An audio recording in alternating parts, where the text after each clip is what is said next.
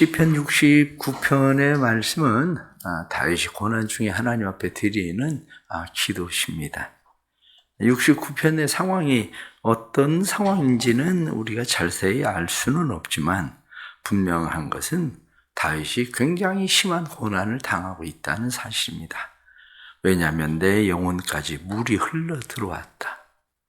뿐만 아니라 내가 설 곳이 없는 깊은 수렁에 빠졌다. 내가 피곤한 가운데서 내 눈도 쇠했다.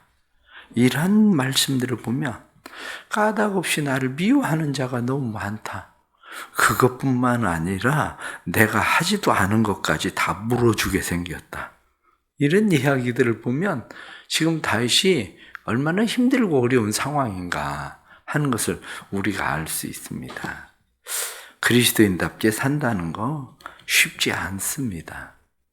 왜냐하면 그리스도인답게 산다는 것은 우리가 그리스도를 닮아 살아가는 일이기도 하지만 사람이 언제 그리스도인다워지는지를 조금 더 생각을 해보십시오.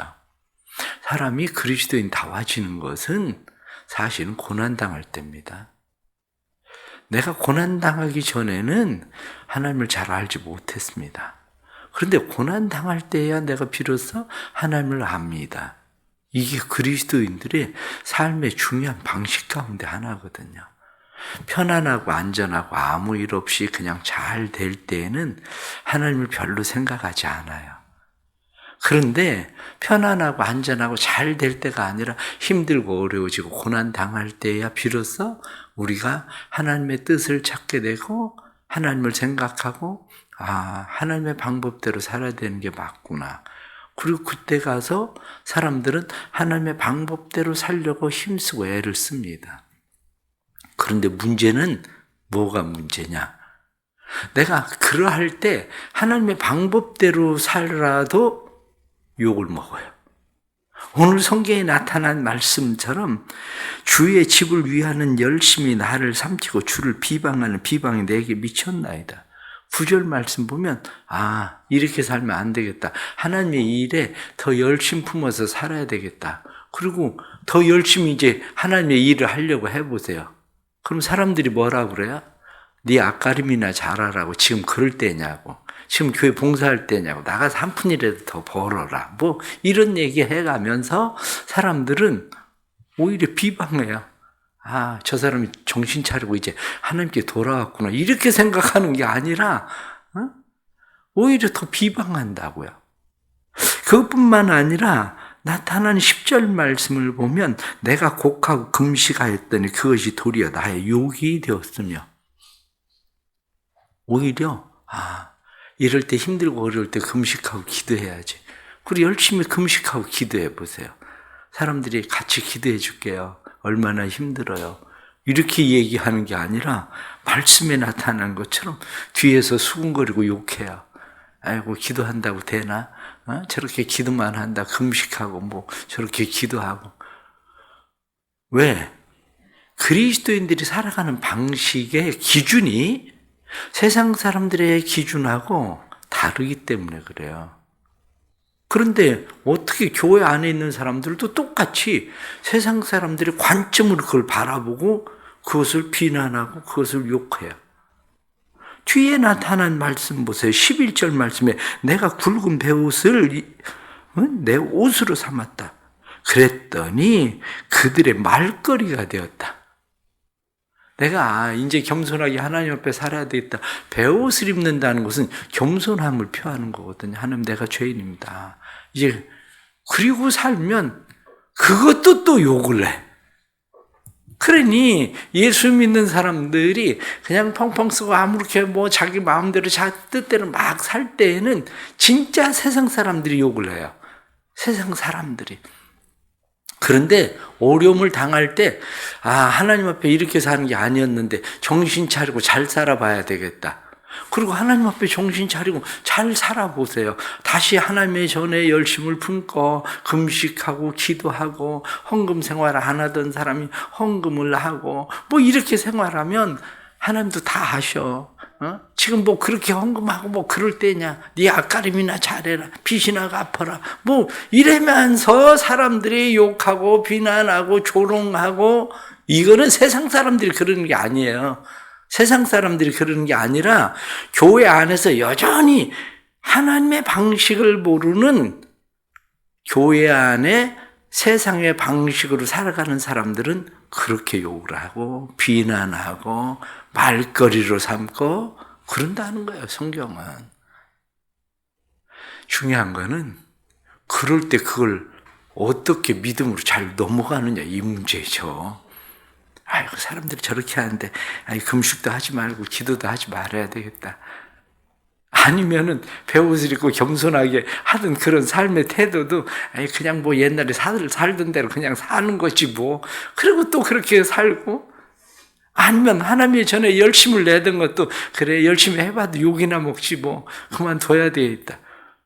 의외로 많은 사람들이 세상 사람들에 의해서 걸려 넘어지는 게 아니고, 교회 안에 세상의 사고 방식을 가지고 있는 사람들에 의해서 걸려 넘어진다는 사실을 우리는 잘 알아야 됩니다. 예수님을 생각해 보세요. 예수님께서 행하실 때에 사람들이 다 칭찬합니까? 그렇지 않아요.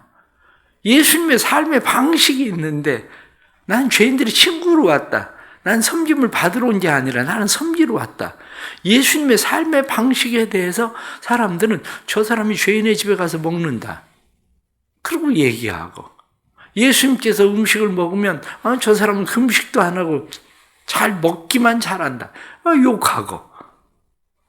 그러나 예수님이 우리에게 말씀하신 것이 어제 요한복음 15장에도 말씀한 것처럼, 세상이 너희를 미워하면 세상이 나를 먼저 미워한 줄을 너희가 알아라. 그렇습니다. 예수님이 그렇게 예수님의 삶의 방식으로 살아갈 때에 세상은 그들을 욕했어요. 그런데 예수님은 우리에게 뭐라고 말씀합니까?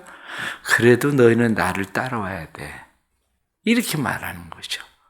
그러면 우리가 그럴 때에 어떻게 하나님을 따라가야 되는 겁니까?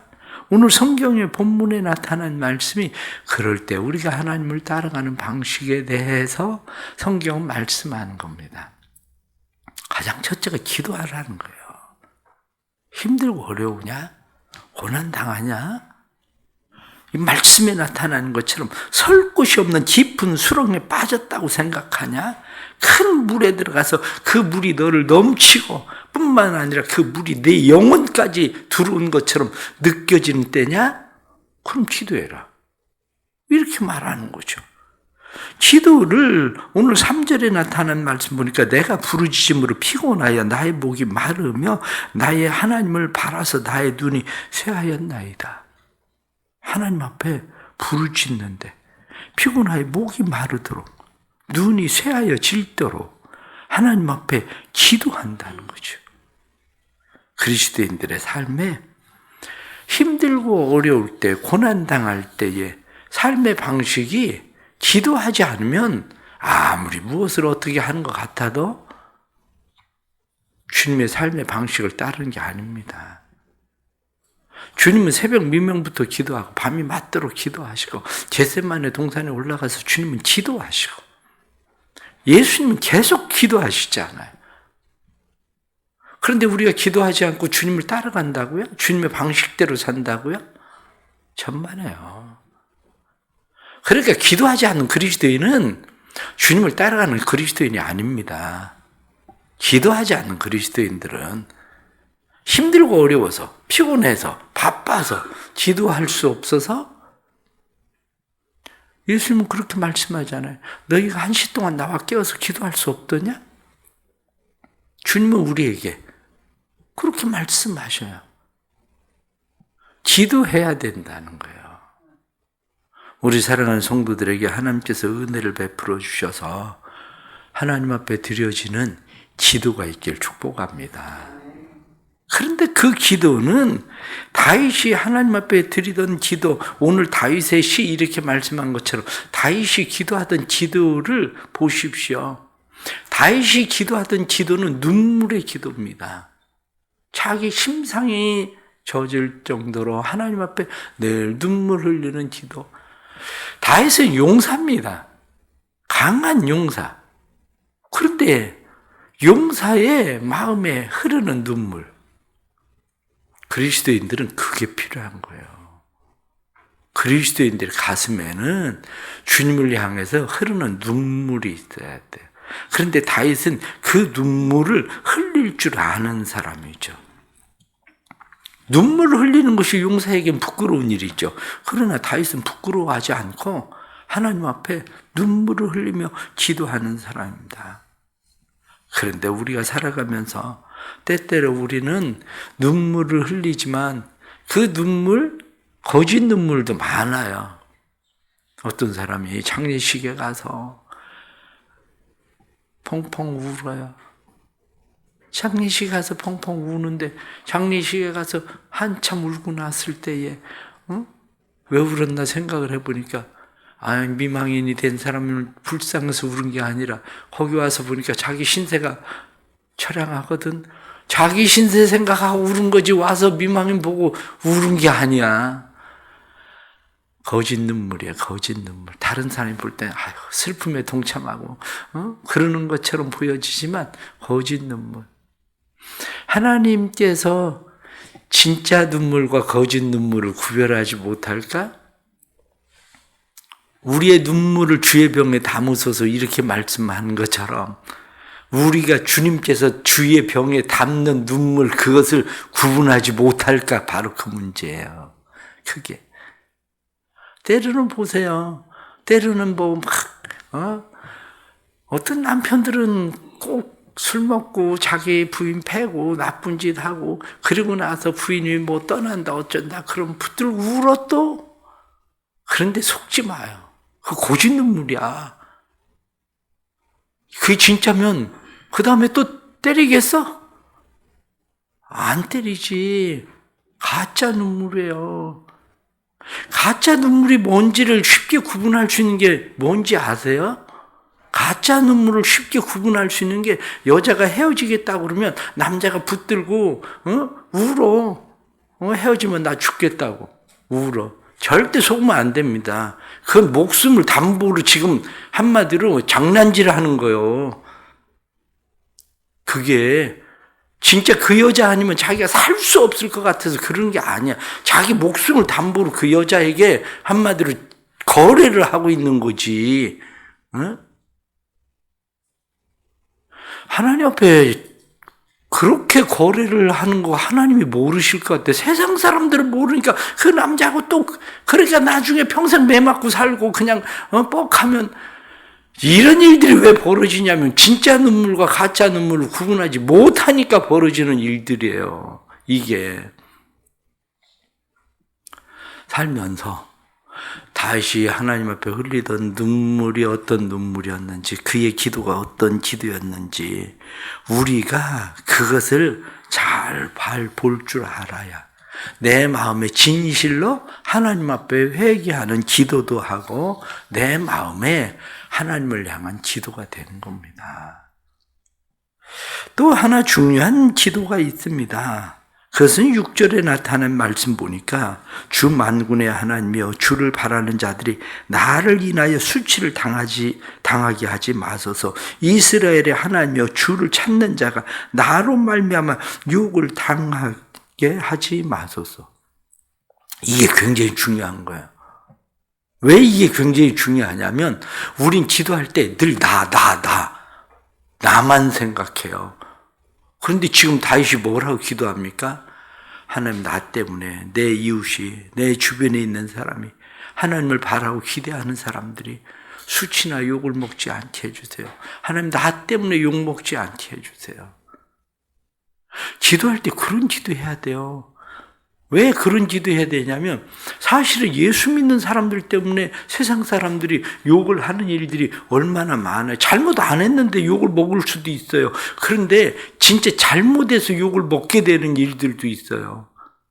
그런데 오해나 잘못을 안 했는데 나 때문에 예수 믿는 다른 사람들까지 욕을 먹게 되는 것이 두려운 거야.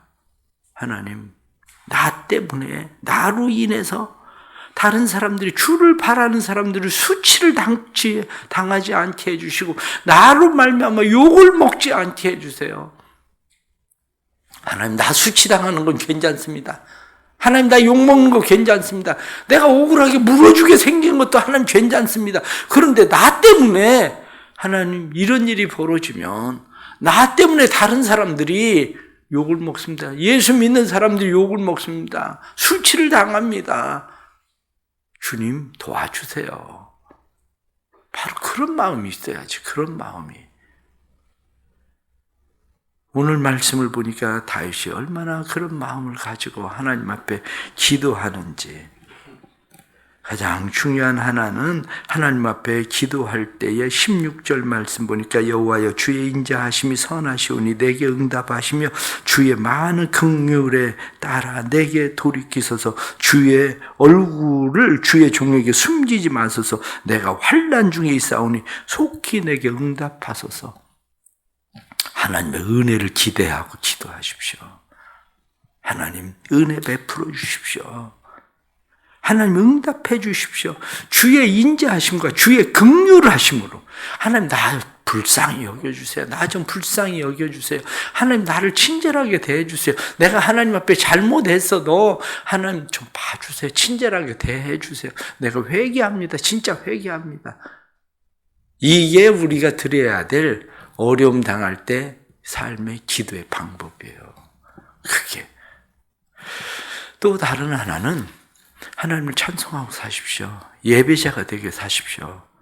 뒤로 넘어가서 말씀을 보면 그렇게 되어 있습니다. 29절 말씀에 오직 나는 가난하고 슬프오니 하나님이여 주의 구원으로 나를 높이소서. 내가 노래하고 하나님의 이름을 찬송하며 감사함으로 하나님을 위대하시다 하리이다. 이것이 소 곧 뿔과 굽이 있는 황소를 드림보다 여호와를 더 기쁘게 함이 될 것이니이다. 황소를 드리는 것보다 하나님 감사합니다. 힘들고 어려워도 하나님 감사합니다. 하나님의 이름 찬송하겠습니다. 그게 황소를 드림보다 더 나은 제사라는 거예요. 힘들고 어렵습니까? 감사하십시오. 힘들고 어려울 때 하나님을 찬송하십시오. 힘들고 어려울 때 다시 하나님 앞에 열정을 품으십시오. 예배의 열정을 품고 하나님 앞에 하나님의 선한 일들의 열심을 품으십시오. 왜? 그게 그리스도인들이 살아가는 삶의 방식이에요. 내가 다시 하나님 앞에 열심을 품고 무엇을 해보려고 할 때 사람들이 비난하고 비방하고 욕하고 말거리를 삼고 그렇게 해도 상관할 것 없이 그냥 하나님 다시 시작하겠습니다. 그리고 하나님 앞에 다시 시작하는 거. 이게 그리스도인들이 살아가는 거라고요. 다윗이 우리에게 그렇게 말하고 있는 중요한 이유를 성경은 36절 말씀 보니까 하나님이 시온을 구원하시고 유다 성읍들을 건설하시리니 무리가 거기서 살며 소유를 삼으리로다. 그의 종들의 후손이 또한 이를 상속하고 그의 이름을 사랑하는 자가 그 중에 살리로다. 그렇습니다. 하나님의 은혜 가운데 살 수 있게 된다는 거예요. 그렇게 되면 하나님의 성읍 가운데 하나님의 구원하시는 은혜를 보고 그 은혜 속에 살 수 있게 될 거다. 그것이 너뿐만 아니라 너의 후손에게도 그 일이 이루어질 거다. 성경은 그렇게 말씀하는 거죠. 살면서 때때로 여러 가지 힘들고 어려운 일들 만납니다. 그러나 힘들고 어려운 일들 만날 때에 우리는 여전히 우리가 고난이 우리의 영혼을 정화시킨다는 걸 알아야 됩니다. 오히려 고난을 통해서 우리의 영혼이 정화되어지고 고난을 통해서 하나님의 뜻에 더 가까이 나아갈 수 있는 일이 된다는 사실을 우리가 깨닫고 하나님 앞에 나아갈 때에 그게 바로 성숙한 믿음의 삶을 살아가는 삶의 방식인 겁니다. 오늘도 주신 은혜가 우리의 삶의 고난들로 인해서 낙심하지 말고 탄식하지 말고 오히려 더 깊은 하나님의 은혜를 사모함으로 그 은혜를 경험하는 놀라운 축복의 삶에 있어지기를 간절히 바랍니다. 기도합시다. 하나님 아버지 은혜 감사합니다. 힘들고 어렵지만 감사합니다. 힘들고 어렵지만 하나님을 찬송합니다. 하나님 앞에 맡깁니다. 내 열심이 지금 또 욕이 되고 비난거리가 되고 내가 하나님 앞에 예배를 드리며 헌금을 드리며 봉사함이 사람들의 말거리가 될지라도 다시 기도하겠습니다. 다시 하나님을 찬송하고 예배하겠습니다. 다시 감사하며 살겠습니다. 하나님 우리를 붙들어 주옵소서. 고난의 때에 기도를 앞세우게 해주시고 고난의 때에 하나님의 은혜를 사모함으로 하나님 앞에 더 가까이 나아가게 해주셔서 아름다운 시는 사람의 마음을 정화시키지만 우리의 고난은 오히려 우리의 영혼을 정화시켜서 하나님 앞에 바르게 서는 게 하는 것을 믿습니다. 주의 돕는 은혜를 힘입고 세상에서 믿음의 사람들로 세상의 관점이 아니라 하나님의 관점으로 살게 해 주옵소서. 세상의 관점으로 우리를 비난하고 조롱하고 말거리를 삼아도 욕을 해도 우리가 세상에서 그렇게 살다가 지금 당하는 일들인데 하나님 다시 하나님의 관점에 맞추어 살아갈 수 있는 힘과 믿음과 용기를 우리에게 더하여 주옵소서. 우리로 살게 하시는 하나님을 믿습니다. 구원의 하나님을 믿습니다. 그 시온에 살게 하시고 그 자손들도 그곳에 살리로다 하신 것을 믿습니다. 회복하시는 하나님의 은혜가 사랑하는 모든 성도들에게 기도가 회복되게 하시고 예배가 회복되게 하셔서 송아지 황소를 드림보다 더 나으니이다 하던 감사와 찬송을 주께 드리며 살게 해 주옵소서. 미얀마에 선교하는 일 주께서 은혜 베푸시고 하나님 다녀오는 일도 주의 은혜 가운데 안전하게 편안하게 잘 다녀오도록 성령님 인도하시고 그 가운데서 하나님의 하시는 일들이 나타나도록 역사해 주시고 교회 안에도 주의 평안이 항상 넘치게 해 주옵소서. 예수 그리스도의 이름 받들어 간절히 기도드리옵나이다. 아멘.